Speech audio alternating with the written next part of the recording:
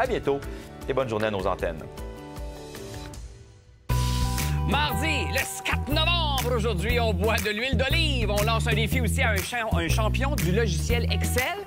On se demande si on devrait donner 10 000 $ à tous les bébés au Canada et on déguste les meilleures huîtres du monde. Ça, c'est pas mal ma définition d'un party parfait. Bienvenue, on va se le dire!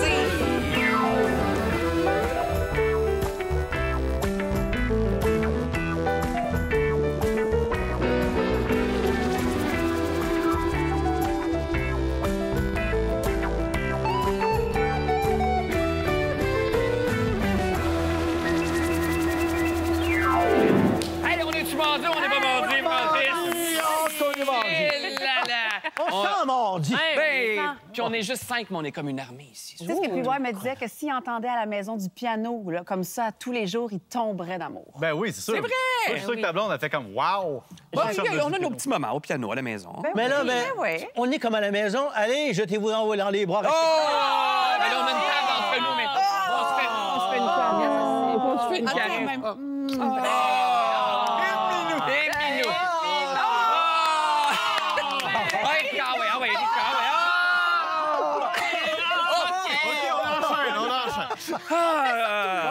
Bon, ben à demain. Au découpage, à la régie, ça s'est bien passé. Ça s'est bien passé, j'imagine. Mais là, vous voyez déjà, l'honneur de passer l'émission avec tout ce beau monde. L'actrice et maman, surtout maman de Corazon, le chien.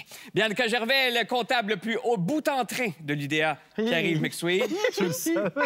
Oui, mais attention au jeu de mots, hein, ça arrive plus vite qu'on le pense. L'humoriste et experte en bâtiment, Erika Suarez. Et attention, le seul animateur qui apprécie autant la palourde royale que la marche royale de Saint-Saëns. Oh, mon Dieu, c'est bien poésie, dit. ça. C'est beau, ça.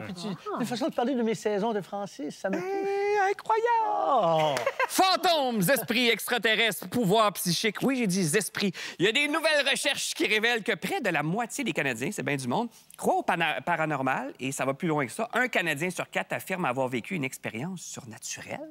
Avoir vécu? Vécu, là, pas juste y croire. T'as vécu quelque chose. Ça va loin, là. Oui, c'est spécial. Moi, ce que j'ai trouvé vraiment intéressant de cet article-là, c'est qu'on parle que c'est des données qui n'avaient pas été récoltées avant parce que Ils avaient trop peur. Les sociologistes ne trouvaient pas ça tant important de savoir qu'est-ce que les gens au Canada, si les gens y croyaient. Moi, je trouve que ça en dit beaucoup sur une société, savoir si ils croient ou non au paranormal. Puis on parle ici d'expériences paranormales non religieuses. Donc, dans la question, on excluait tout ce qui était relié à la religion. Moi, initialement, je me suis dit, c'est sûr que si on parle de religion, il y a beaucoup de monde. C'est la Vierge, c'est bon. Mais non, on parle vraiment de ce qui est extraterrestre, cryptide, style Bigfoot et tout.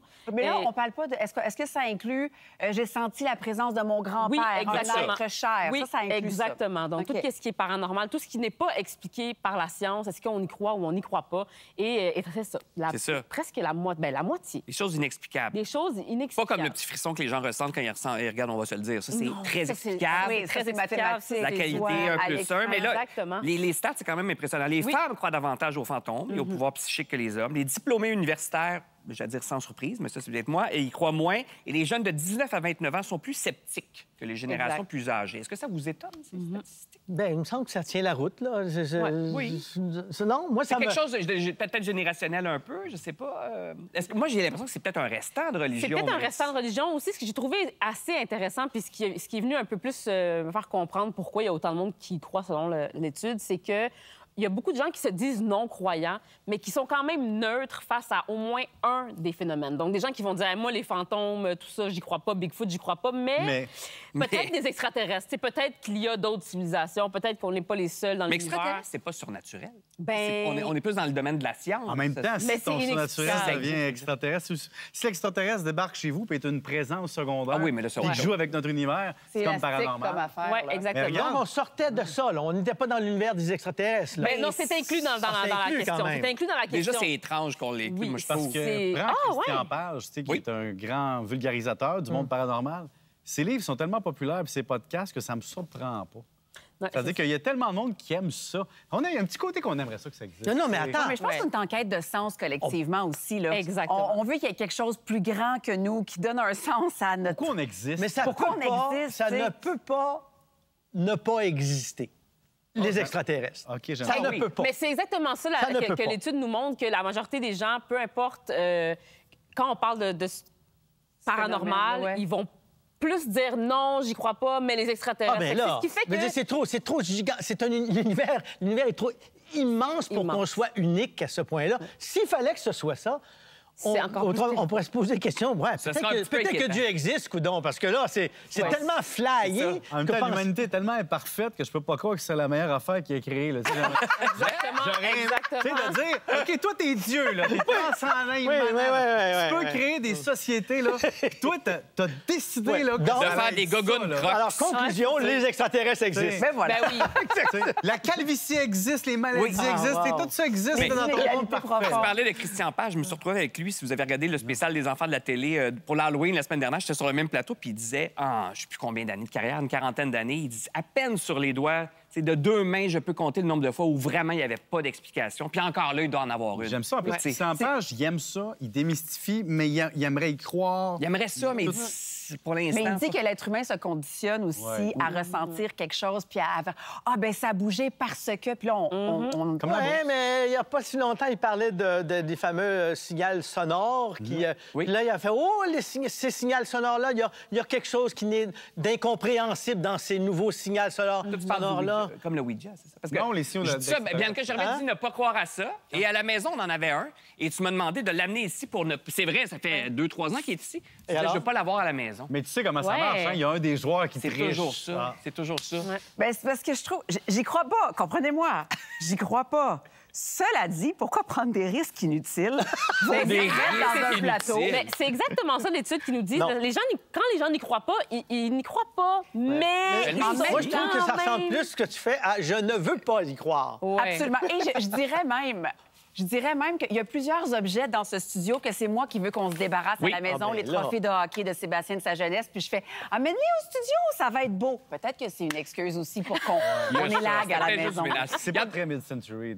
C'est ça. Mais je le laisse là. Et j'ai même mis un petit maillet. Là. Ça peut pointer oui ou non. Oui, ce serait il y aurait quelqu'un dans le studio. Puis non, ben il n'y a pas un petit chat. On fait un mot pour l'attendre pendant 1 heure et quelques. On va le laisser là. On va voir ce qui se passe. On pourrait juste le regarder en silence. Il y en a peut-être même qui ont vu des fantômes dans leur maison. Parce que quelqu'un serait décédé dans cette maison-là. Et justement, dans son balado, Pierre-Yves McSween a justement discuté. Tu as discuté avec une notaire pour savoir, quand on vend notre maison, notre propriété, est-ce que c'est obligatoire de divulguer qu'il y a eu une mort violente, oui. En fait, faut s'entendre sur violente aussi. Bien, c'est intéressant parce que est-ce que vous achèteriez, vous, une maison où il y a eu mort violente, c'est-à-dire suicide, meurtre, agression déclarée, quelque chose de très, très dark? Là. Assurément pas. Ah, moi, c'est ça que je cherche. Arrête. Attends, C'est pas que je cherche. Tu sais, comme je souhaite pas une mort violente à personne, mais moi, je suis adepte du paranormal. Et je... Il y a un lien avec les esprits qui seraient encore là? Bien, moi, je me pose la question. Je me demande s'il y a pas une... Si ça ne vient pas entacher l'esprit de la maison, pas de façon hyper... C'est pas de sa faute à la maison. Non, mais est-ce qu'il y a quelque chose qui reste? Est-ce que c'est il y a la réputation. Une énergie? La réputation, oui, parce que dans le fond, si un courtier d'immobilier est impliqué, dans son questionnaire, il est marqué « Y a-t-il une mort violente? » Il est obligé de le déclarer. Dans un cas où il n'y a pas de courtier... C'est comme un risque caché. Il faudrait le dire. Si la personne te demande, es-tu une mort violente? Tu dis oui en passant. Mais dans la déclaration du vendeur, la question n'est pas posée? Bien, dans le courtier, il y a une case à cocher obligatoire. La question pas doit dans la être posée. déclaration du vendeur sans La déclaration du vendeur, c'est plus flou. Il faut que la personne le demande. Même une mort naturelle. Tu sais, moi, ça me dérange pas, une mort naturelle. On vit tous dans des maisons, probablement, où il y a déjà eu mort naturelle, puis on ne sait pas. Mais techniquement, si le courtier sait que moi, comme acheteur, ça pourrait influencer ma décision et que je lui pose la question, il doit s'informer. Est-ce qu'il y a eu la mort naturelle de votre mère ici? Oui. Mais quand après ça... Pendant combien de temps? T'sais, si c'était un pirate il y a 400 ans, à l'époque de Nouvelle-France... Vous devez le divulguer. Si quelqu'un s'est pendu dans la maison en 1910 et que c'est connu et qu'il y a une trace de ça, c'est bien de valeur, mais il faut le divulguer en tant que courtier immobilier. Et est-ce que, général, ça amène donc une vente moins chère? Est-ce que les gens exigent un rabais? Je donne un exemple. Pourquoi? Parce que 2 raisons. Un, comme personne, tu as le droit de tout savoir. Et si je veux savoir s'il y a quelque chose qui pourrait m'influencer négativement dans la décision, le courtier doit me le dire. Je donne un exemple. J'ai vu un cas d'une personne qui a acheté une maison, une super belle maison, mais pendant la construction, il y a un employé qui est décédé sur le terrain, même pas sur le terrain à cause d'un affaissement de mur. Bien, le vendeur ne l'avait pas dit à l'acheteur et il a dû dédommager l'acheteur. Ben voyons. Oui, parce que, regarde, si vous achetez une maison, parce qu'il y a des... Si, par exemple, prenons quelque chose d'extrêmement... très extrême. Il y a eu un assassinat. Aurore, l'enfant martyr, est morte dans cette maison-là. Elle est, je sais pas, une autre raison. Quelqu'un a été assassiné au couteau. Peut-être que tous les voisins en parlent. Personne ne veut vivre là. Alors, question de valeur marchande, moi, comme acheteur, j'ai moins de chances de revendre la maison. Ben oui. Il y a une histoire autour, macabre, abus d'enfants, peu importe. Donc, je dois le savoir. C'est comme si le marketing de la maison est entaché. C'est vrai. Un Exact. peu comme dans le quartier de ton enfance, à Lorraine. Il y a eu, j'habite à Lorraine, puis à 10 maisons de chez moi, il y a eu un Chez lui meurtre. aussi, j'imagine. Non, la maison. OK. Maison d'enfance.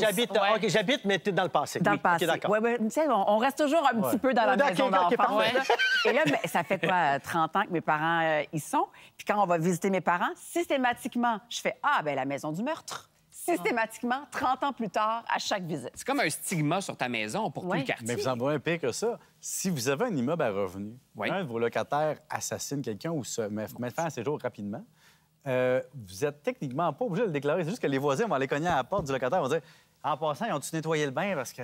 Il là là. » Tu sais, ça, c'est dans Ce qui est l'affaire. terrible, c'est qu'il y a des gens qui vont l'apprendre après. Oui. Autrement dit, alors que c'était pas, à l'époque, c'était pas non. obligatoire de déclarer tout ça. Mais en gros, si quelqu'un meurt chez vous, dites-le tout simplement. Ouais. C'est épouvantable, mais comme ça. c'est légal. Mais je comprends. On s'en va complètement ailleurs, OK? Là, je parle aux célibataires. Quand vous êtes célibataire, est-ce que vous attendez à ce que vos amis en couple essaient de vous matcher? Parce que là, selon un témoignage récent qui a été relayé par The Guardian, l'inaction des amis qui sont en couple quand toi, tu es tout seul, bien, c'est une frustration qui est assez fréquente. Ah oui? Êtes-vous d'accord? Bien, Qu'on fait rien comme amis quand notre meilleur chum ou tout ça? il y a des motifs là, pourquoi on fait rien. Puis Les défauts de fabrication. Là, il y a est-ce que des je pense à défauts de des gens que fabrication. nous deux, on connaît? Quand on s'est rencontrés, j'ai essayé de matcher plusieurs de mes amis avec ses amis et vice-versa. Avec Sébastien. Avec Non, moi? non, avec Sébastien. Oui, j'étais tannée. Non. Tout est clair. Je me suis rendu compte que ça créait des blessures d'ego, cette affaire-là. Parce que quand tu matches quelqu'un, puis la personne se perçoit d'une certaine façon, puis là, tu lui introduis une autre Ah, personne. oui, Là, c'est complètement. Ah, mais là, excuse-moi, tu penses qu'elle, elle est dans ma ligue Ah, ou elle est regarde. sous moi? Ça, c'est un ou elle 6, est... puis moi, j'étais un 6. Ah, là, Exactement. Ouais, ça. exactement. Là, on est tellement dans une société de sélection précise, là, tu sais, sur les applications, là, tu sais, les apps de dating, que finalement, ça créait plus de frustration et de blessures d'ego. Fait que j'ai tout arrêté, ces choses-là, là, moi. Parce que Pierre-Yves, lui, la peine, ça, c'est un 6, toi, un 5. Il va même dans les chiffres. Oui, mais ça. attends, les gens disent ça. Ben oui, 10 Ça, sur 10, tu sais, 7 sur 10. Tu sais, moi, dans la vie, je me suis toujours dit, moi, je suis average, tu sais, je suis moyenne, puis j'assume totalement ça. Fait que si tu me présentes quelqu'un de très beau dans ma vie, je dirais, ben mon Dieu, ça, c'est comme... Je vais le dire moi-même, it's out of my league. Fait que des fois, tu fais comme, aïe, aïe, tu sais, c'est un peu le principe. Bon, je veux dire que ma blonde est out of my league, je viens de le dire à TV. Mais le point est, Sébastien, tu connais le feeling. Voilà. Oh non, mais c'est l'histoire de ma vie. Ah oui, voilà. Mais le point suivant, c'est de dire, tu sais, quand tu connais quelqu'un, tu le présentes. Ah, ça, c'était un bon Jack. C'est un numéro d'humoriste, d'ailleurs. Ouais. C'était un bon Jack. Tu le présentes à quelqu'un. Ah, je sortirais pas avec, Ah, mais non. c'était un bon Jack. C'est qui, Martin Petit, qui a fait cette Je sais joke-là? pas c'est qui. Moi, je trouve que c'est une responsabilité énorme. Mais moi, je je le serais pas fais. capable de faire Que ça. d'avoir moi, à... j'ai- De dire, je pense que vous devriez, puis là, Ouais. je vais faire créer une rencontre. Je trouve que c'est un poids énorme parce que si ça foire après ta 8 mois, Ouais. c'est de ta faute. Si ça foire après 2, Oui. si ça, tout va laisser place à l'interprétation. Jamais. Ah, Moi, non. un rappelle pas l'autre au bout de ouais, deux mais soupers, oui, t'es mais oui. responsable. Moi, j'ai de non. l'empathie pour mes amis célibataires. Le qui fais-tu? trouvent pas. Essaies-tu de les- Mais moi, j'essaie, mais le T'es le problème... matchmaker? Oui, mais ce que je me suis rendu compte, c'est que je suis vraiment trop sévère. Tu sais, je OK. rencontre... Moi, j'ai un ami qui est célibataire, puis on essaye d'y trouver une copine, puis c'est un bon C'est un gars, projet tout. commun, là. Puis quand j'ai rencontré quelqu'un, une fille, puis je dis « Ah, tu pourrais te matcher et tout. » Puis là, de fil en aiguille, j'apprends qu'il n'y a pas de permis de conduire. J'étais comme « Ah, ben là, non. » Mais ça, c'est... Non, mais ça, c'est tes critères à toi. Mais je me rends compte que... Non, parce que je sais ce que mes amis veulent. Je sais ce qu'ils veulent pas. Donc, quand je Ah rencontre oui, OK. quelqu'un, puis que je me dis, ah, physiquement, bon, ça marche, puis que je commence à parler, là, Non, j'entends un point, je sais que ça marchera Non, pas. pas de permis de conduire, c'est merveilleux grâce à la mobilité maintenant. A-t-il un permis de conduire? C'est ça. Oui. Ben, toi, tu poserais pas. Est-ce qu'elle a beaucoup de REER? Non, pose pas ça comme A-t-elle question. des Ben, tu vois, c'est responsabilités ça. financières Non, mais tu sais, tu connais ton adéquates? ami, puis tu sais qu'il y a des points en particulier que ça va être deal breaker, puis tu le sais que la personne de ce deal breaker-là, ben, t'es match pas. Mais c'est impossible. Êtes-vous propre de votre personne? Mais jamais je te présenterais, si un jour tu es célibataire, ce qui n'arrivera pas, Oui. parce que j'adore. Mais jamais je Ça te va arriver, peut-être. j'adore ta copine, mais jamais je te présenterais qu'il y a une fille qui flotte, du Frivole, cash, c'est puis ça, qui exact. a Mais pas même de si responsabilité. physiquement, Ben, en même temps, l'affaire qu'il faut avoir un bon match. Faut quelqu'un qui en a, quelqu'un qui aime en flow B. Ça prend quelqu'un qui a des responsabilités, quelqu'un qui est un peu plus frivole. Il y a Ouais. comme un match. C'est comme un musicien avec une chanteuse et un match parfait. Il y a des c'est comme un menu, il faut exact, des faut accords. qu'il y ait des accords. Mais ce qui est le plus difficile aujourd'hui, c'est que j'ai l'impression qu'aujourd'hui, avec tous ces lieux de rencontre, de toutes sortes de possibilités, il y a des listes. Qu'est-ce que tu aimes? Qu'est-ce que tu n'aimes pas? Les questions. Il y a quelque chose qui n'existait pas avant dans les relations de couple qui s'installaient. Il y avait quelque chose de spontané, quelque chose qui marchait, un feeling. Et après, tu découvrais toutes les épaisseurs, les strates de ce qu'est la personne. Alors là, maintenant, c'est comme si tout doit être établi dès le départ. Le pédigree est remis à la personne. Donc, maintenant, à dire que je vais dire, toi, ça marche avec toi, écoute, faut que tu fasses ta propre liste, comme toi, le permis de conduire. En même temps, il n'y a pas de vice caché, c'est tout déclaré au début. Là. Parce que là, sinon, tu rencontres quelqu'un, tu as un bon feeling, puis là, tu finis par t'attacher, mais 6 mois plus tard, tu te rends compte quelque chose qui marche pas. Tu te rends compte qu'il y a eu une mort violente dans la personne. Mon Dieu! Exactement. Mais je dis rien, OK? Bientôt, peut-être que pour quelqu'un de célibataire, il faut chercher quelqu'un qui a un bébé. Je vous explique pourquoi. Parce qu'on le sait, tout coûte cher. Et si la solution, c'était tout simplement que chaque bébé canadien reçoive 10 000 à sa naissance. Pourquoi tu me regardes tout le temps quand tu parce parles que, de ça? J'ai parlé d'argent. Au niveau du cash. Là, Non, mais c'est le magazine McLean, en fait, qui rapportait cette idée-là. Idée audacieuse, on va dire ça comme ça, qui vient d'un gestionnaire de fonds d'investissement. Donc, le bébé naît et là, on lui remet un 10 000 Plus quelques milliers de dollars au cours de sa vie aussi. Oui, mais aimez-vous l'idée? Avant qu'on aille vers Pierre? Ben moi, je suis sûre que tu... je pense que tu vas être d'accord avec moi. Vas-y. Je trouve que déjà, il y a des inégalités de gestion. Donc, le 10 000 va être placé dans un CELI. On dit qu'il est géré par l'État. Oui, géré par l'État. Il est géré par l'État. Il n'y a pas de différence de placement, à part 10 à un moment donné pour apprendre aux jeunes à placer. Mais je trouve que c'est pas... Il y a une photo très claire en psychothérapie là, que j'avais apprise à un moment donné. C'était... Il y a 2 enfants qui essaient de regarder par-dessus une clôture, puis il y a un enfant qui est très grand, puis un enfant qui est petit. Puis on donne à chaque enfant une caisse. Mais le très grand voit très bien, puis le petit voit toujours pas. Donc, ce qu'il faut, c'est prendre la caisse du grand, puis en donner 2 au petit pour qu'enfin, ils arrivent égaux. C'est pas tous les enfants qui ont besoin de 10 000 mais en effet, il y en a certains qui sont désavantagés financièrement. C'est l'allocation famille, dans le fond, qui existe présentement. Bien, moi, je pense que c'est quelque chose de profondément injuste, dans le sens que les familles qui sont bien nanties, c'est fantastique pour eux. Les familles qui ont besoin au quotidien de montants d'argent pour s'occuper des enfants, c'est essentiel d'avoir ces sous-là.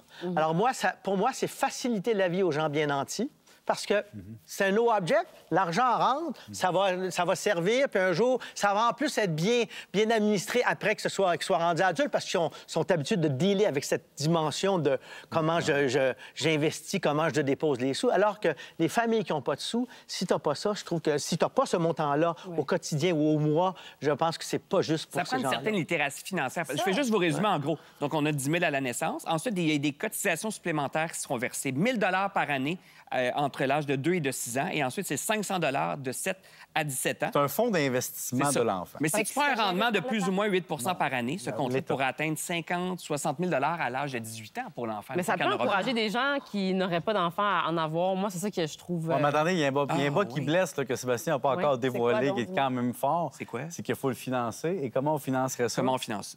Ils disent en retardant la retraite, la sécurité de vieillesse des personnes âgées de 65 à 67 ans. Là, c'est terminé. Tu vas avoir un gros groupement de personnes âgées qui diraient à Mulroney, goodbye Charlie Brown, puis bye-bye les élections. C'est déjà un enjeu individuel qui est différent. Mais est-ce que les allocations en fonction des revenus, c'est une bonne chose? Oui, ça existe déjà. Mais est-ce que c'est vrai que les plus jeunes, d'avoir un fonds d'investissement, c'est une bonne chose? Oui, mais comment on le finance avec l'argent de qui? En allant chercher, C'est hypothétique, de toute façon. Oui, mais c'est intéressant, effectivement. Mais le RE, c'est ça, pour ceux qui sont capables. Investissez dans votre enfant. Il va décoller plus vite. Eh oui. On veut pas ça! Il va décoller! On veut pas ça! Non, mais on veut pas qu'ils décollent vite, les enfants! Après la pause, on découvre plusieurs sortes d'huile d'olive qu'on déguste. Cul sec! On a des shooters, là. Cul sec!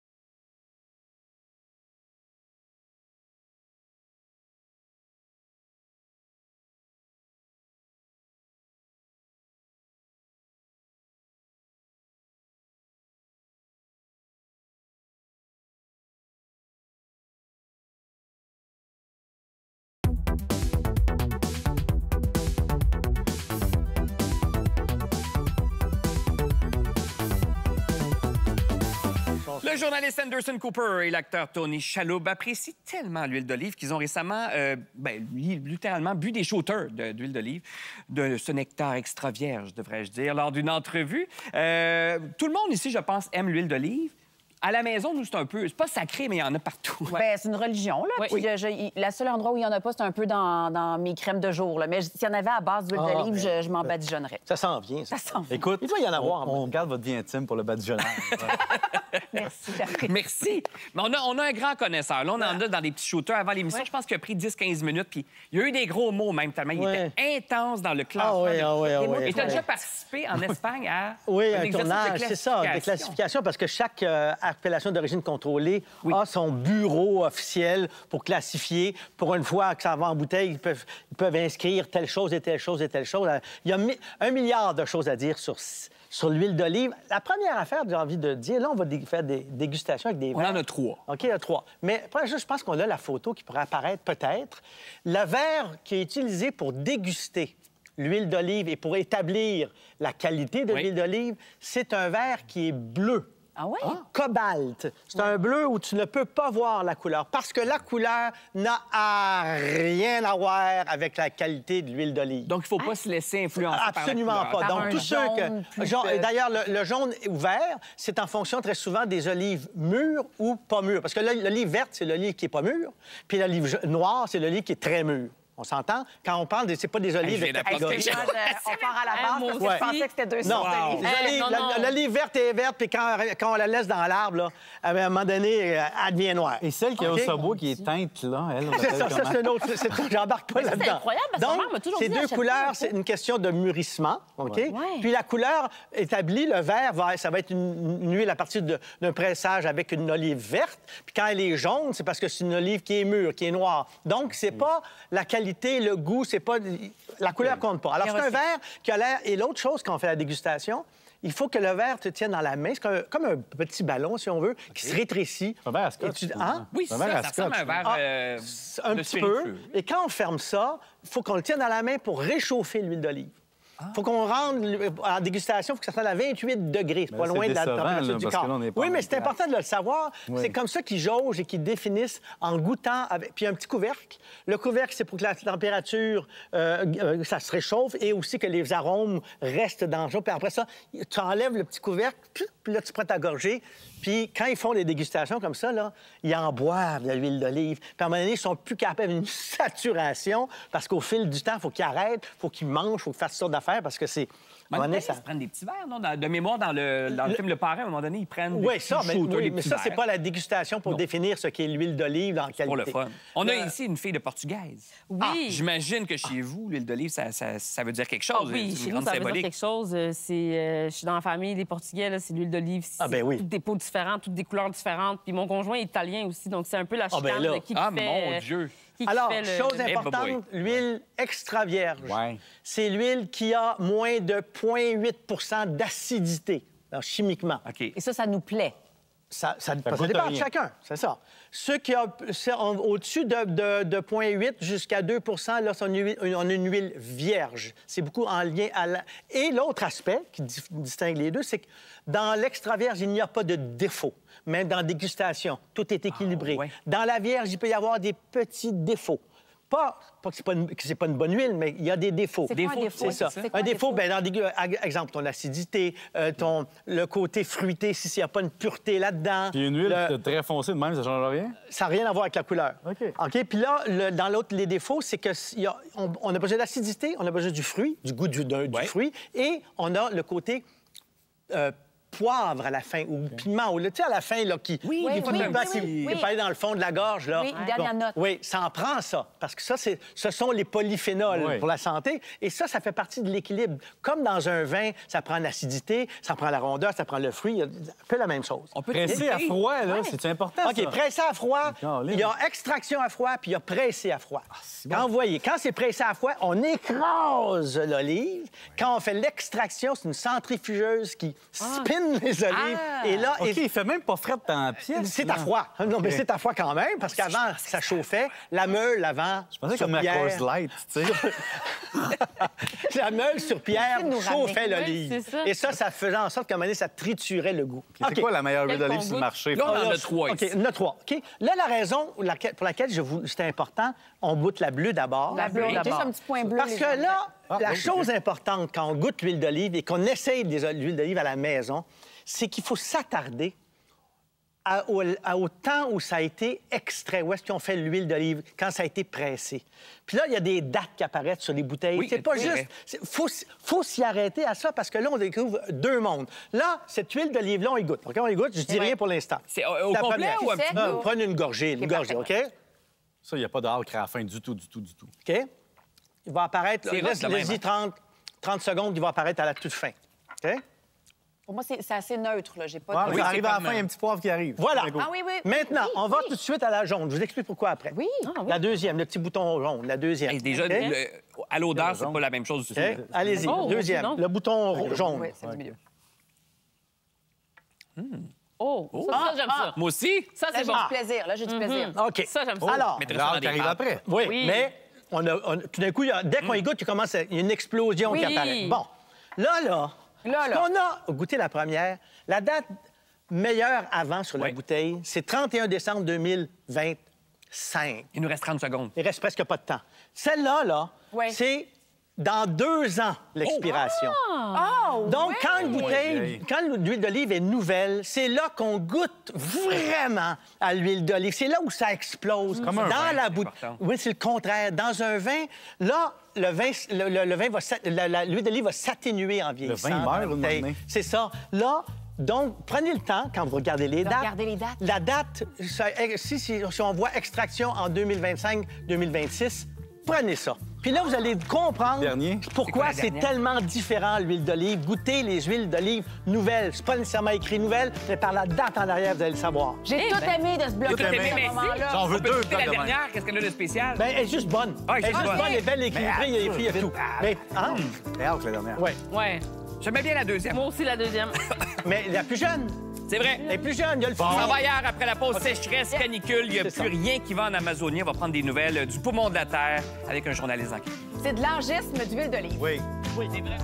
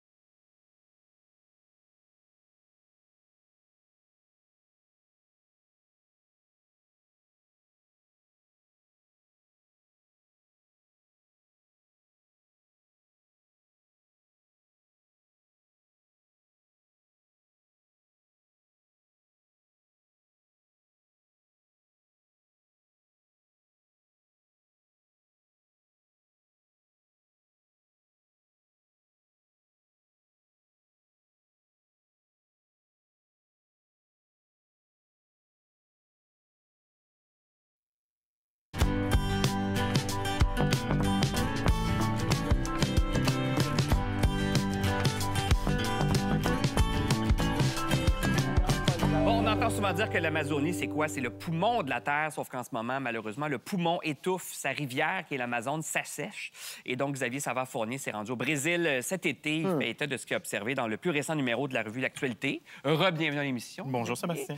Est-ce que c'est encore le poumon de la Terre? On peut-tu continuer à dire ça? Bien, il y a certains scientifiques qui commencent à se poser la question parce qu'au fond, on appelait ça le poumon de la Terre parce que ça captait beaucoup de CO2. Ça le fait de moins en moins. Alors, c'est encore un peu le cas. Il y a même certains scientifiques qui trouvaient que l'image était peut-être trop forte aussi. Ça n'a pas aidé non plus sur les questions de changement climatique qu'on dise que c'est juste là que ça se passait. Non, c'est ça. Ça a permis à d'autres personnes d'un petit peu détourner le regard, mais c'est vrai qu'on a une jungle luxuriante quand même qui existe encore. Mais il y a des défis immenses. Déforestation encore très présente, même si là, on a un gouvernement un peu plus à gauche que Jair Bolsonaro à l'époque, qui était d'extrême droite, qui avait permis aux entreprises d'aller là. À peine. Et qui offrait, oui, à des entreprises de manière légale, mais aussi il y a toute une partie d'illégalité, d'illicité aussi qui existe dans l'Amazonie. Très fâchant dans ton texte, puis je pense que c'était ça le but aussi, c'est de brasser la cage un petit peu, mais tu vas parler aux populations locales, et qui parlent entre autres de routes illégales. Donc, il y a des routes qui sont construites illégalement, de la déforestation illégale. Donc, tout ça se fait un peu... Bien, ce qu'il faut comprendre en plus, c'est que là, la COP est la semaine prochaine à Belém. Belém aussi, qui est en Amazonie. La COP 30. La COP 30. Où M. Trump n'ira pas. Où M. Trump, où les Américains ne devraient pas être vraiment présents. Le gouvernement brésilien veut mettre de l'avant des communautés autochtones qui sont au cœur de l'Amazonie, qui sont les premiers, à être impactés par les changements climatiques, mais aussi qui sont aux premières loges de ces changements-là. Et donc, moi, je me suis rendu vraiment au cœur de l'Amazonie, à 1000 km de Belém, à 2 heures au nord de Manaus. Là, vous voyez la communauté Cambeba à l'arrière. Ça, c'est les images de 2023, de 2024. Il n'y avait plus d'eau dans le Rio Negro. Il n'y avait plus d'eau non plus dans une partie de l'Amazone. Et là, ben, nous, on est allés en juin dernier parce qu'on avait peur que ce soit comme ça, au fond, qu'il n'y ait pas d'eau, nous aussi, pour accéder. Et cette communauté-là, ce qu'elle dit, ben déjà, on ne peut plus passer autant de temps qu'on pouvait à pêcher. Quand on peut pêcher, ben, le poisson, il est parfois déjà mort. Quand il n'y a pas d'eau, ben, on comprend qu'il n'y aura pas de poisson, mais même s'il y a trop de boue, c'est trop vaseux, on n'aura pas ça non plus. On ne peut pas passer du temps trop parce que le champ, c'est impraticable, inutilisable, il fait trop chaud. Il fait déjà chaud, il fait une trentaine de degrés humides. Puis ça, c'était pas encore la saison sèche à son maximum. Alors, il y a les effets de sécheresse, il y a les effets de chaleur, et bien, eux les vivent au quotidien. Et dans cette communauté-là, on parle d'une centaine de personnes. S'il n'y a pas de poisson, il n'y a pas de nourriture, là. Et le peu d'argent qu'on reçoit, c'est la vente de cette nourriture-là à qui? Bien, à des touristes qui passent aussi dans ce secteur-là et qui ne viendront pas s'il n'y a pas d'eau. Et en même temps, c'est parce qu'ils viennent aussi qu'on crée un réchauffement climatique parce qu'il y a des bateaux de croisière qui viennent sur l'Amazone. C'est ça qui est assez tragique parce qu'on comprend que le tourisme, dans ton texte, c'est ça qui fait beaucoup vivre la région et le pays, en fait. Mais là, si les bateaux ne peuvent pas venir... C'est que les extrêmes les obligent à vraiment se tourner vers le tourisme. Alors qu'il y a plusieurs décennies, on avait de l'espace pour pouvoir vivre, on avait justement un équilibre qui était plus grand. Dans le cas des Cambeba, ça va au-delà, en plus de leur économie. C'est leur identité en tant que peuple autochtone. Cambeba, ça veut dire le peuple de l'eau. Pour eux, on vient d'une goutte d'eau qui est tombée du ciel et on est de ça. Et donc, il y a un côté aussi culturel qu'on est content de présenter aux touristes. C'est juste que là, il faut absolument que les touristes viennent parce que la seule possibilité d'avoir de la nourriture, c'est l'argent qui vient du tourisme. Et là, c'est là qu'il se crée une espèce de cycle particulier et c'est là où ces communautés-là demandent de l'aide au gouvernement. Tanaira, qu'on voit en arrière, c'est la porte-parole. Très impliquée. C'est la porte-parole de cette communauté-là, Cambeba. Elle sera à la COP.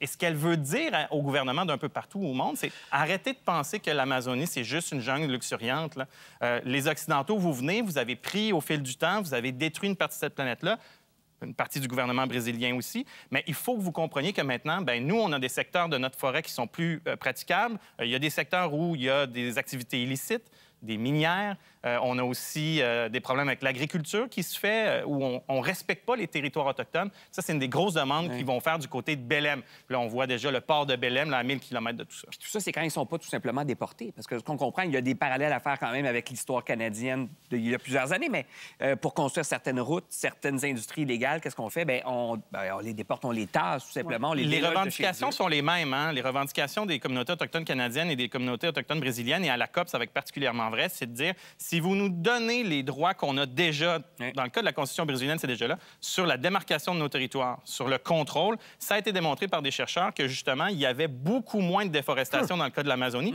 parce que ces communautés-là sont plus proches de la nature. Et là, bien, on voit des routes à l'arrière. Ça, c'est une route qui est près de Belém, qui a été construite spécifiquement pour la COP. Et c'est ça la double ironie de la COP. C'est fou. C'est que la COP a détruit une partie de l'Amazonie. Ça, c'est le centre-ville de Belém qu'on voit. C'est un projet qui va être inutilisable parce qu'à Belém, il fait 35 degrés. Il n'y a pas d'arbres autour de cette marche piétonne-là. Le seul site particulier, là, c'est vraiment où la COP va être. C'est un immense parc vert. Il va y avoir 2 centres de conférences. On le voit à l'arrière, là, il y a des stations pour jouer, pour faire de l'exercice. Ça, c'est le seul projet qui a un peu de sens selon les urbanistes locaux parce que ça va redonner après ça à la population d'une ville qui est reconnue pour être une des plus pauvres, là, quand même, du Brésil. C'est fou parce qu'en préservant des territoires de façon, dans leur réflexion naturelle, tu n'as même pas besoin d'appuyer scientifiquement les choses, de structurer naturellement. Oui. Il y aurait un résultat positif. C'est quand même fabuleux. Et eux voient l'évolution et sont capables de faire cette représentation-là. Et le défi pour la COP, c'est que le Brésil utilise ces communautés autochtones-là. On a amené ça à Belém volontairement pour dire que c'était dans l'Amazonie, qu'on a ça à cœur. Il y avait espoir d'utiliser l'argent de la COP pour revitaliser une ville comme Belém. Mais les favelas de ces quartiers-là vont être partiellement détruits pour des systèmes d'aqueduc pour aider tout ce qui se passe en ville. On a vu l'autoroute... Des aqueducs qui ne vont même pas desservir les endroits par où ils passent. Absolument. Ils n'auront que c'est-à-dire les gros boyaux, si vous voulez, devant chez eux, mais cette eau-là, ils vont même pas... Et quand on parle d'injustice environnementale, vous allez beaucoup entendre parler de racisme environnemental également. On est dans ces contextes-là, où les systèmes aussi qui sont en place ne parviennent pas, bien évidemment, à entendre ces gens-là, même si on va les mettre sur la carte postale de Belém alors que c'est dans leur territoire. Et ça va être ça, le grand défi. Les Américains ne seront pas présents. La Chine y sera. On est proche de Lula. Je te le disais avant l'émission, ça fait 7 ans, nous, qu'on fait l'émission. Ça fait 7 ans qu'on parle de la COP. Donc, on a commencé à la COP 23. Puis chaque année, c'est le même constat. On dirait que ça sert à rien. On a ou en tout cas, ça sert à très peu de choses. Alors, on sera 10 ans après 2015, les accords de Paris, où il y avait quand même une première fois une entente pour des seuils à respecter. Là, on va voir qu'est-ce qu'il y en est 10 ans plus tard. Mais le défi va être là, et surtout pour ces communautés-là, c'est de dire on veut être entendu cette fois-ci. Vous êtes venus chez nous. Ben là, donnez-nous juste l'occasion de dire ce qu'on pense. C'est comme avec les Canadiens, on entend la Stanley Cup. Oh, mon Dieu Seigneur! Je fais pas de blague là-dessus. Mais merci, Xavier. Puis en passant, c'est à lire vraiment le reportage de Xavier. C'est dans le magazine L'Actualité qui est disponible dès maintenant en kiosque. Et la COP, on va la suivre. C'est la semaine prochaine que ça Exact, débute. dès le 10 novembre. Puis j'en profite pour remercier les 2 fixeurs sur le terrain qui m'ont aidé, Sandro Pedroso et Alessandro Folli. Wow. Merci, Xavier. Et là, je vais accueillir notre prochain invité qui s'est joint subtilement à nous. C'est Vincent Morin, qui est concurrent. Écoutez ça. Concurrent au championnat du monde de logiciel Excel. Et là, on avait envie de commencer. On va te donner un défi pendant la pause, donc on te laisse le temps d'opérer ta magie. Aujourd'hui, OK, on considère qu'aujourd'hui, c'est notre 722e émission, on va se le dire. Donc, j'aimerais savoir à quelle date aura lieu notre 2000e émission. Et tout ça, c'est dans des tableaux Excel, que je sais pas comment ça marche. Hey, que la magie opère! Déjà? C'est parti! Wow! OK, il y a comme un projet d'ouvert. C'est la rapidité, là. Gosh.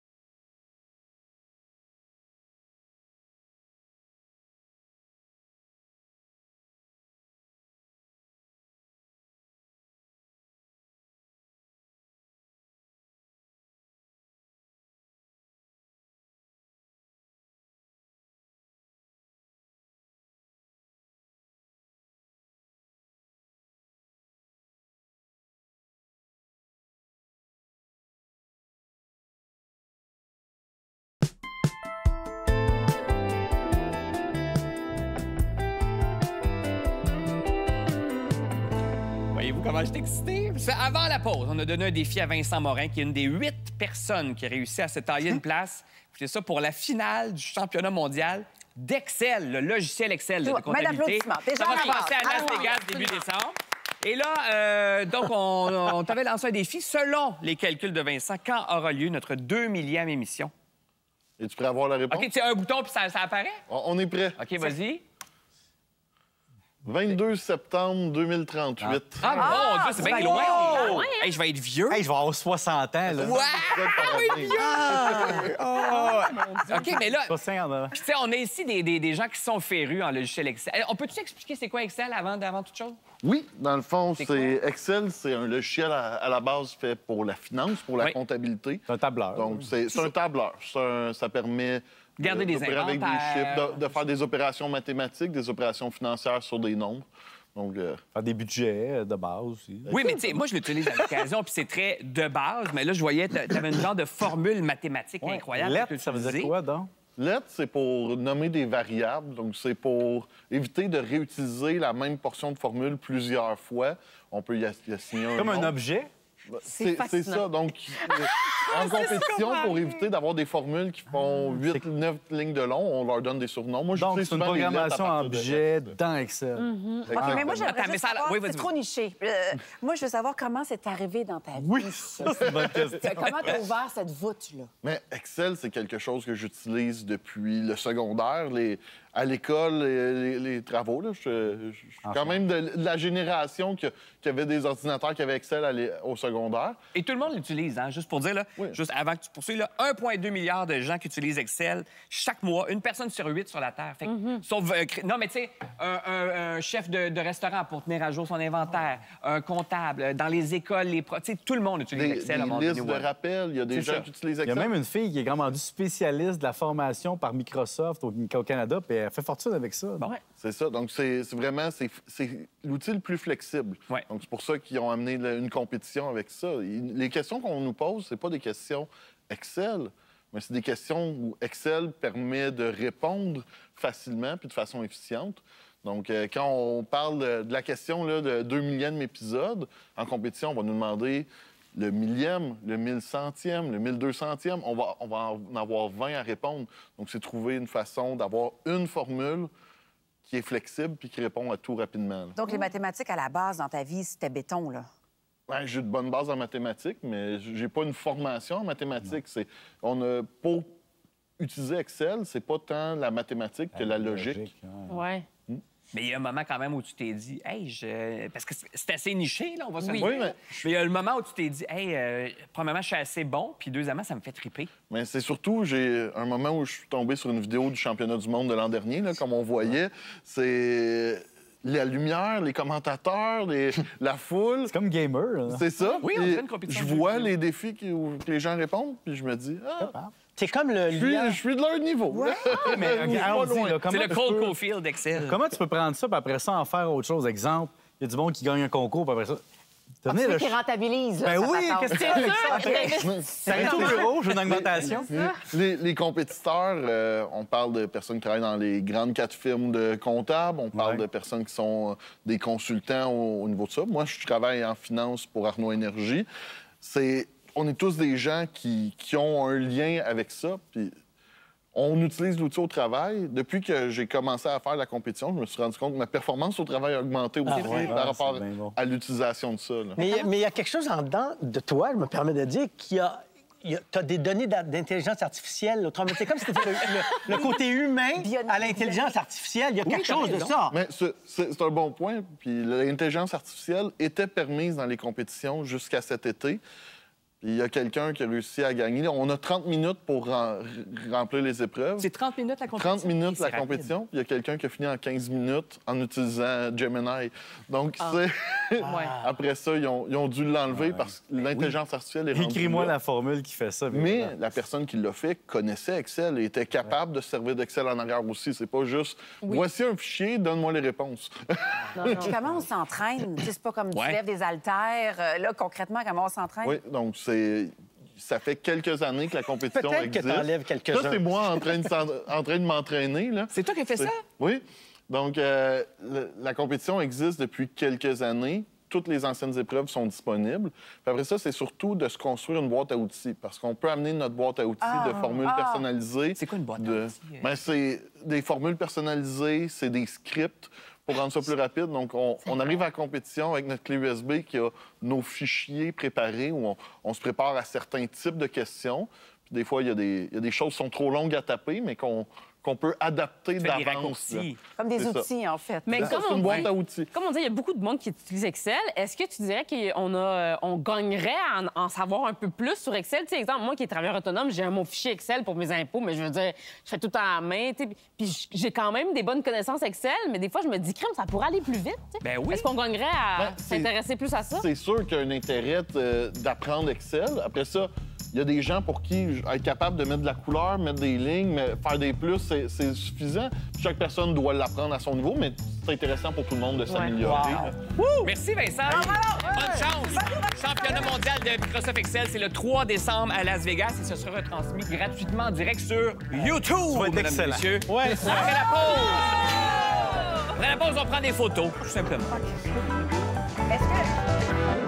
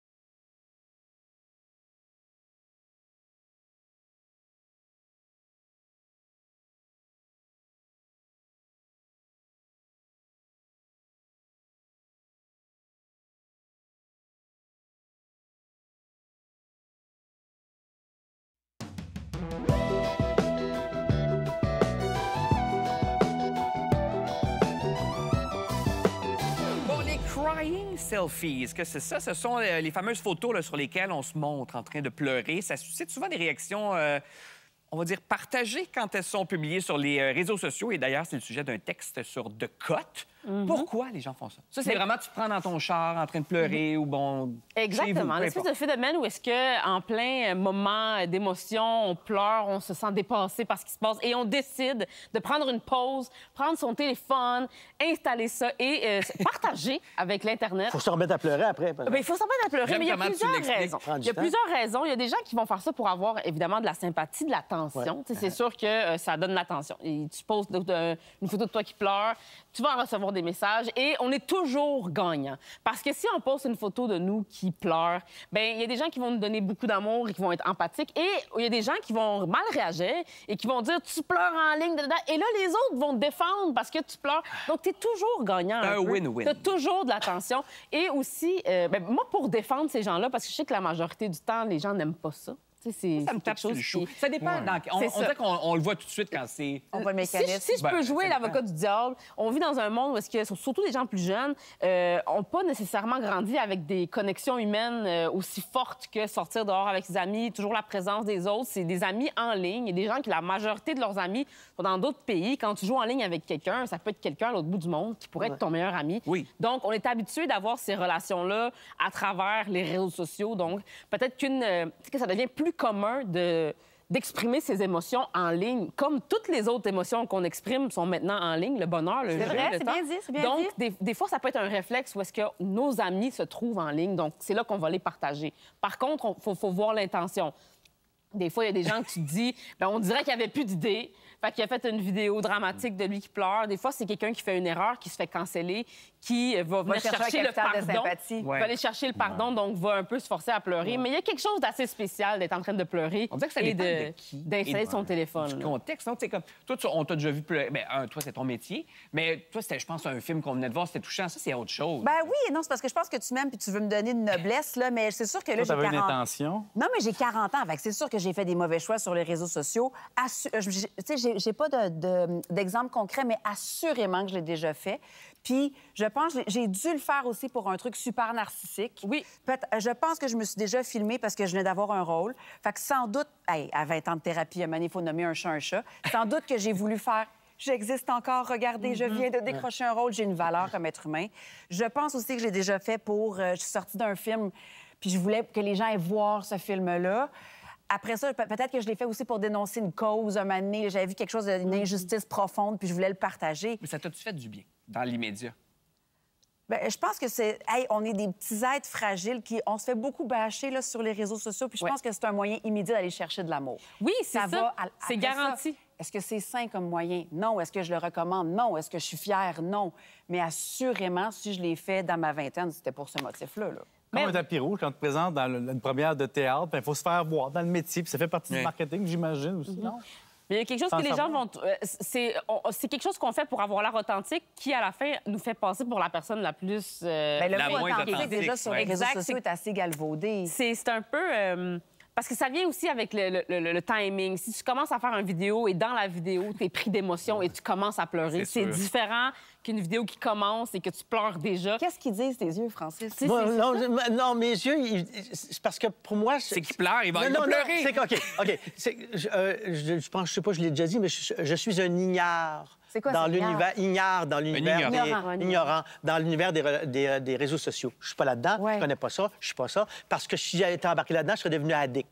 Je prends pas de drogue parce que si j'avais pris de la drogue, je serais devenu addict, je le sais. J'ai décidé un jour. Alors si je m'étais embarqué là-dedans, je serais devenu fou, je serais toujours là-dedans tout le temps. Alors j'ai décidé un jour que je touche pas à ça. Comme dans l'huile d'olive par exemple. Oui, ça oui.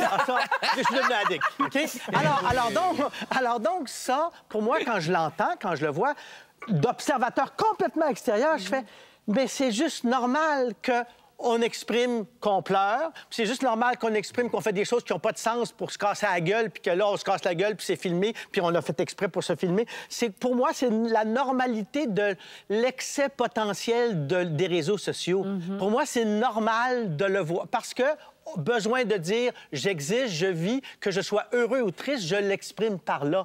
C'est normal. Mais ça va pas, c'est stratégique, en fait. Il y a une nuance, c'est ça. Parce que quand c'est stratégique. Tout le monde le fait. Tout le monde le fait. Il y a des gens, moi, j'ai des gens dans ma famille que c'est des gens qui ne sont pas connus. Là. C'est dans leur Facebook ou dans leurs réseaux sociaux, c'est que leurs amis à eux, c'est des gens qu'ils connaissent. Et ils vont quand même le faire au même titre que d'influenceurs qui ont des centaines de milliers de followers. Hey, tu vois, moi, tu ne me verras pas brailler dans mon téléphone. Mais il y a toutes seul sortes avec un de. trépied, Ben, moi non là. plus, je serais pas capable, je pense. Non. Mais il y a toutes sortes de personnes qui le font. Fait que c'est un phénomène qu'on ne retrouve pas juste chez les influenceurs ou juste chez les gens connus. Il y a des gens de toutes sortes de personnes qui vont faire ça, des gens plus vieux, plus jeunes, pour des bonnes, des mauvaises raisons, des larmes de bonheur, de tristesse, Mais moi, de je l'ai peur. fait pour dénoncer. J'étais sortie de l'hôpital, j'avais vu une profonde injustice. Je voulais avoir un impact. J'ai pris mon téléphone puis j'ai fait ça n'a pas de bon sens, telle infirmière, le temps supplémentaire obligatoire, ça me brise le cœur. J'ai vu de mes yeux vu. Mais- Là, je voulais avoir un impact. Ouais, mais en même temps, voir quelqu'un qui... Moi, ce que je trouve pire que ça, c'est de dire, je monte mon enfant à 1 mois, 2 mois, 3 mois, 4 mois, ce qu'il fait le matin, l'après-midi, le soir. Oui, Toute ça, sa c'est vie, sûr. je le présente. Puis cet enfant-là, quand il devient adulte à 30 ans, il y a tout sur cet enfant-là. Je suis d'accord. Ça, je trouve ça pire. Exact. Mais Si vous pleurez, là, puis vous voulez vous prendre en photo, parce qu'il y a tellement pire sur les réseaux sociaux. Oui, Je me oui. dis, si vous voulez pleurer, pleurez donc. Allez-y. Mais parlant de photos, c'est plus cool de se photographier avec un cellulaire. Faites donc ça en pleurant avec des petits appareils photo d'antan, parce que c'est revenu à la mode. Pourquoi les gens aiment ça? Parce que c'est vrai qu'on a... C'est sûr que vous avez vu passer ça sur vos fils, sur les réseaux sociaux, dans les magasins, on en vend. Donc, c'est comme un appareil numérique, mais avec un look vintage. Bien, la production, vous m'avez fourni ça. Vous m'avez demandé comme un cobaye, que je le teste pendant une semaine. En pleurant. Ben, idéalement en pleurant, pour émouvoir l'audience. Non, non. Ben, au début, j'étais comblée. Je trouvais ça vraiment intéressant parce qu'il n'y a pas d'écran à l'arrière. Donc, je trouvais le processus intéressant de capter le moment puis qu'après ça, il ne m'appartienne plus. Est-ce que la photo est belle? Est-ce qu'elle n'est pas belle? Je ne suis pas dans un résultat. Exactement. Puis Ça marche. Hein, on vous a parlé la semaine dernière des meilleures inventions. Ils font un classement chaque année, le Times, et ça fait partie des meilleures inventions de l'année. Permets-moi d'être en désaccord. Bien, c'est ça. Là, j'en ai acheté pour nos enfants, puis le bout où tu me chicanis, puis avec raison, là, je l'ai acheté avec mon argent. Je peux bien faire ce que je veux avec mon argent. Cela dit, c'est que c'est comme... c'est une enveloppe, là. L'appareil dedans, c'est de la boîte. Tu sais, ça donne un résultat très pixelisé, ni vintage comme à l'époque, ni J'ai quand même pris des belles satisfaisant. photos, là, je regarde. Oui, mais, Chez nous. comment dire, c'est que je retrouvais pas la pellicule de notre enfance, ni la qualité du iPhone. C'est un peu flou. Puis là, bon, C'est mes C'est pantoufles, flou, ça, hein? pixelisé, Ouais, elle a raison. En fait, j'avais fait je cherchais un concept bel amour, fait que j'ai pris dans ton c'est la quotidien. pire photo. Toi, vous voyez à quel point on a un éclairage tout chaud, là, nous autres. Vous voyez à quel point c'est très. Mais ça nous permet de voir ce qu'il y a autour, en arrière. Moi, tout ça. j'aime l'audiovisuel, le pyjama, le vin, le foyer vraiment très difficile à trouver sur le marché. C'est un faux, en fait. Ah, c'est un... Mais j'aimerais qu'on revienne à la photo précédente, juste pour faire une petite parenthèse. Ah, est-ce qu'on peut revenir? Sébastien travaille en pantoufles de Fantex. Et là, on ne le voit pas en haut à droite, là, mais je fais un appel à la population. Moi, on manque Du vrai tellement Fantex? de pantoufles de Fantex. Oh non! On aurait besoin de À deux, trois bannir! grands-mamans. À bannir! C'est une bonne idée. Le cercle des fermières qui Vous avez des pour pantoufles. Sébastien. Oui. Moi, je m'allume avec mes Il y a bottes. une bonne cause qui de fait ça, pantoufles qui en commence fait. chaque année pour... Ah oui? Ouais, Bon, j'ai trouvé ben, ça. on en a besoin. Mais bref, en tout cas, si vous en voyez passer, lisez un peu, informez-vous, parce que souvent, effectivement, c'est que la coquille, puis à l'intérieur, vous êtes mieux avec votre téléphone. Mais on va quand même le laisser traîner ici. Ça peut servir durant Bon choix, les oui. pauses, durant, je sais pas. D'ici la fin de l'émission, on regardera le résultat. Après la pause, ça va-tu bien? On a bu de l'huile d'olive. Et là, on déguste les meilleures huîtres au monde. Au retour, des huîtres canadiennes. Oh!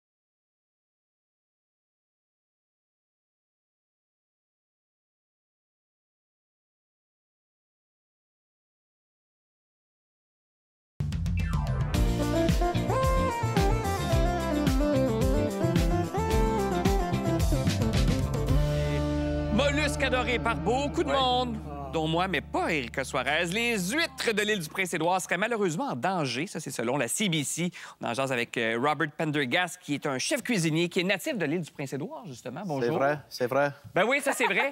Puis c'est vrai, donc, qu'elles sont en danger?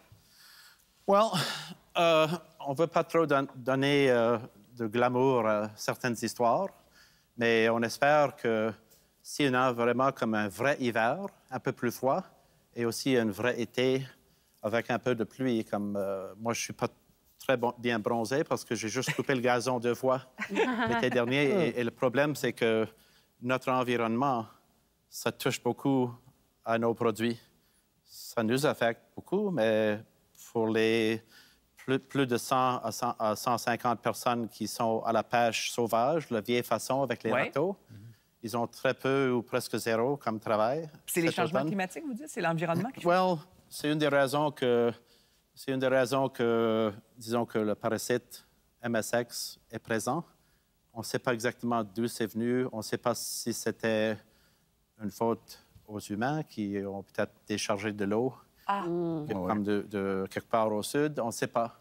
Et ce parasite-là, donc, se retrouve dans les huîtres? Well, ce qui arrive, c'est que c'est un parasite qui affecte les huîtres. Si vous voyez des huîtres IPE qui viennent à Montréal, ça, c'est des belles huîtres qui ont été testées. Elles sont vivantes. Elles sont, comme d'habitude, super bonnes. Mais le problème, c'est que dans le fond de la baie, où il y a la pêche traditionnelle, où il y a certains gens qui élèvent la vieille façon dans le fond de la baie, il y a comme, dans certains endroits, certaines portions des baies, c'est 90 à 100 mortalité. Ah, mon Dieu! Mais ce parasite-là n'est pas nocif pour les humains, c'est ça? C'est juste... Non, ça tue les huîtres. Ça tue l'huître, mais évidemment, pas l'humain. La façon simple de le décrire, c'est que ça va prévenir aux huîtres de pouvoir digérer et de gagner l'énergie de leur bouffe, du plancton. Est-ce que les naissins sont touchés par ça aussi? Les jeunes? Les jeunes, oui. les larves? Oui, c'est-à-dire qu'une fois que la coquille est formée, que les huîtres, les très petites et les très grosses, sont vraiment le même être. Donc, ils sont tous quand même affectés, touchés. Mais ce que ça nous rappelle aussi, c'est qu'il y a beaucoup de gens, nos amis, des membres de famille, des associés, et les chefs de cuisine, et les gens qui aiment les huîtres, qui sont touchés.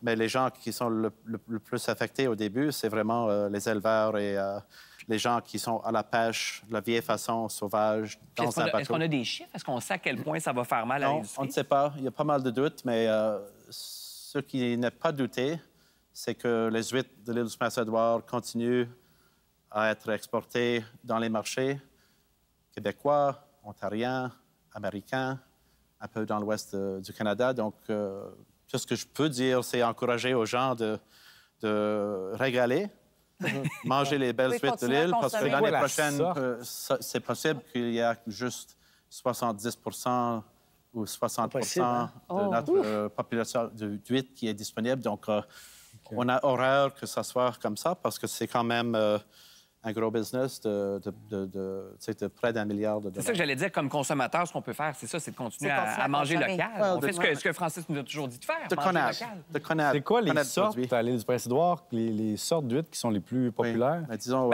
c'est quoi, on va même aller goûter tout de suite avec un petit hommage à Francis. Des kiwis et des cèbes. Oh là là! Écoute, on a sorti l'accordéon juste pour toi. Mais Robert, faut que vous veniez nous faire goûter, parce qu'on en a ici. Sur la table? Bien sûr, ou derrière. En Colombie-Britannique, il y a souvent quand j'étais jeune, sur la table, c'est possible. En Colombie-Britannique, il y a souvent eu des parasites pour les huîtres ou les coquillages. Puis il me semble qu'on entendait moins parler de ça sur la côte Est. C'est une espèce d'huître qui est différente. Donc, peut-être que les dangers étaient un peu différents. Oui, c'est ça. Un des grands problèmes dernièrement en Colombie-Britannique, c'était plutôt directement attribué à la chaleur.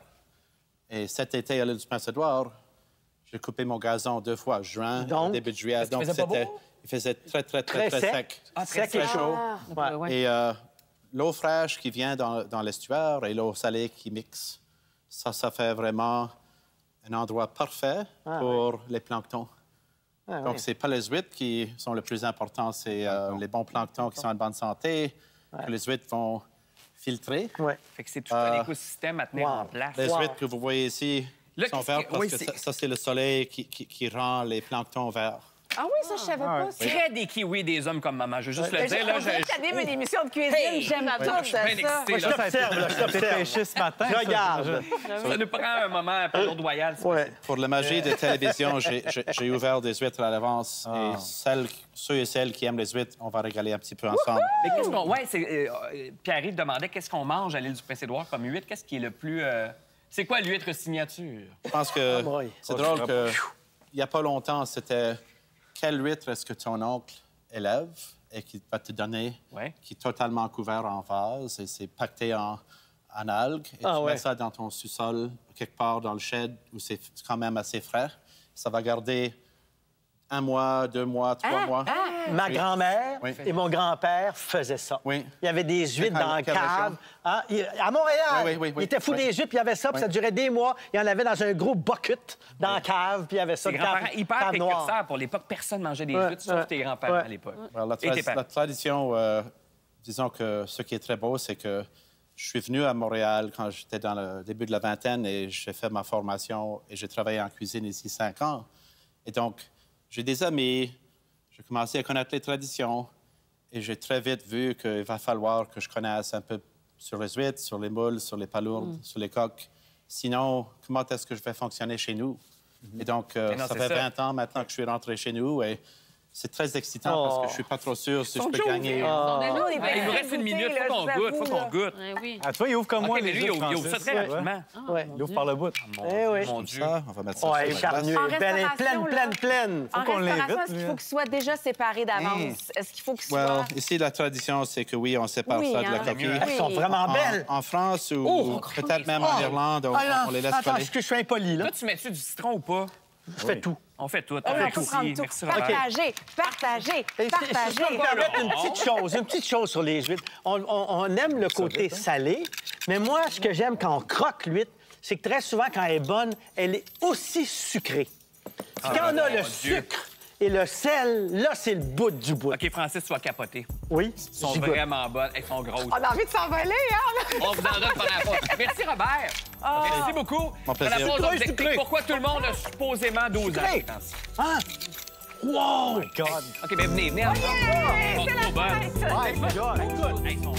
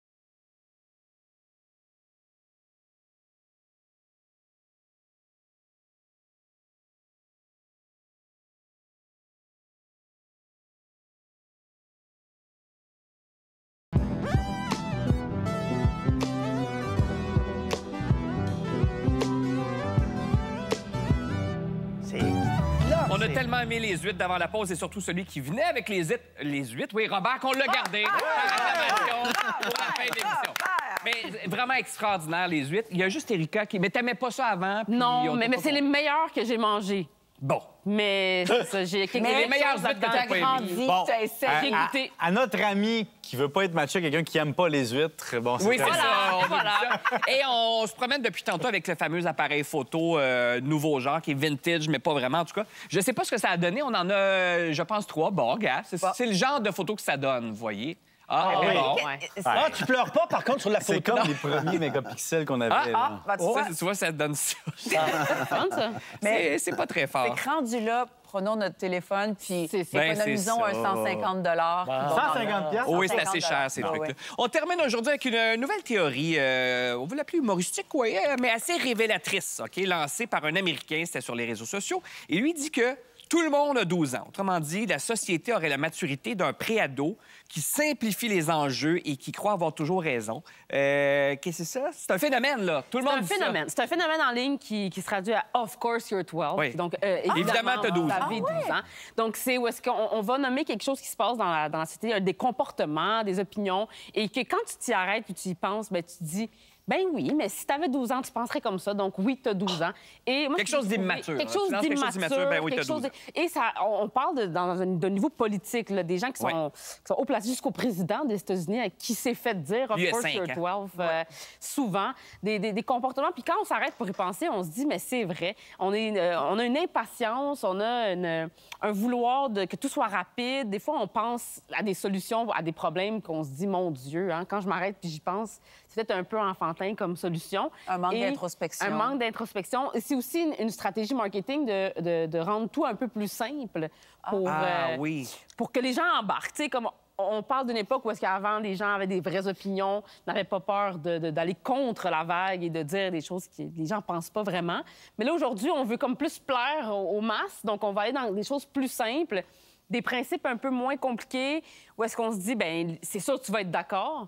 Parce qu'on veut l'attention, on veut que les gens soient d'accord avec nous, comme un enfant de 12 ans. 12 ans, un enfant de 12 ans, c'est 11-12 ans, c'est 6e année. C'est la fin du primaire. Et dans l'article, ça, c'est assez alarmant, les chiffres. Là, on apprend que 54 des adultes américains ont un niveau de lecture inférieur à un élève de... Donc, moins que notre fille qui est en 6e année, en quelque part. Tu sais. Ma fille a 12 ans chez nous. Bon. Et je te dis que les yeux roulent, mais elle nous aime. Et entre ces deux-là, il y a comme une certaine information qu'elle comprend. Elle peut toucher à ça. Il y a beaucoup de choses, beaucoup de sagesse et d'expérience et tout ça qu'elle n'a pas. Ben c'est ça. Exact. Et donc, je dirais qu'on espère que dans la société et que les gens vont continuer à évoluer, à avoir un petit peu de sagesse, de connaissance, d'expérience. Exact. À 14, tu sais. Ce qu'on remarque, c'est que c'est pas le cas, en fait, puis il y a beaucoup de comportements...